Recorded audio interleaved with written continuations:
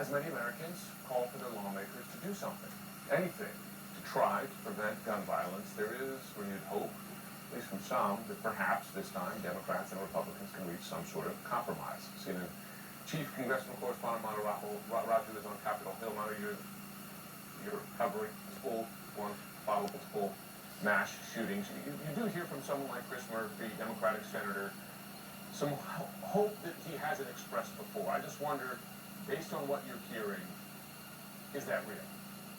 It really is an open question at this point, because the question right now is, what will Republicans in the Senate accept? That is what will be sorted out this week as senators return from Capitol Hill after a week off for the Memorial Day recess. There have been negotiations among the small bipartisan group of senators, Chris Murphy, the lead Democratic negotiator, John Cornyn, the lead Republican negotiator, discussing a package that could deal with issues dealing with state red flag laws, dealing with background checks, dealing with school security, dealing with mental health provisions. Not going as far as what many Democrats want, but going further than what senators and Republicans in particular have been willing to accept in the months and years prior. The question is, can they cinch a deal as soon as this week? Now, Chris Murphy, speaking to our colleague Jake Tapper yesterday, expressed some optimism but some concern that potentially if the deal doesn't get reached, that this would be a possibility this could collapse at the end of the day.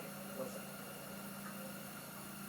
I've never been part of negotiations as serious as these. There are more Republicans at the table talking about changing our gun laws, investing in mental health, than at any time since Sandy Hook. Now, I've also been part of many failed negotiations in the past, so I'm sober-minded about our chances.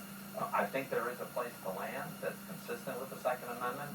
I've been advocating for expanding background checks. By the way, I think encouraging states to have some kind of red flag laws could make sense as long as there's adequate due process.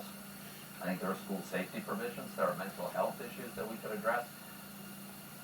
Now, the last senator, Republican Pat Toomey, has been part of negotiations in the past, including a deal to expand background checks on commercial gun sales. There's talk about narrowing the plan that he had drafted with Senator Joe Manchin as part of this larger gun package. But a lot of the issues here, Jim, that Joe Biden in particular has pushed for, such as an assault weapons ban, that is not even being discussed right now, including raising the age from 18 to 21 to buy those semi-automatic rifles.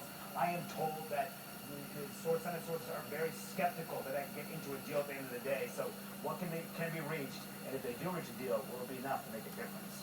Jim? It's a test. We'll see where it goes. Manu Raju on the Hill, thanks so much.